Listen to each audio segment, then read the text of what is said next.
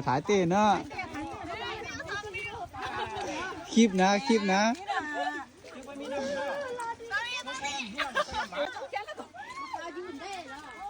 มีแก้มนั่งมาแล้ว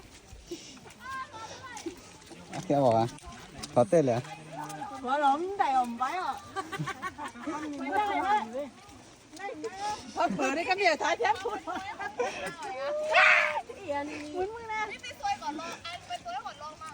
มีแค่หานั่งเลยดีกว่าที่ต้องมันเป็นรูปวันนี้แก้มแล้ว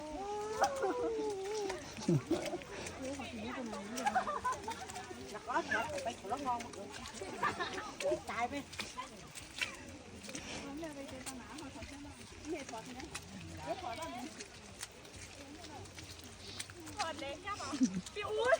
อย่านะวิวสิระวังเท้าก็ถ่ายดูวิวที่ถ่ายเล็กอันเล็กหน่าจังเต้านั้นไปคือเจ้า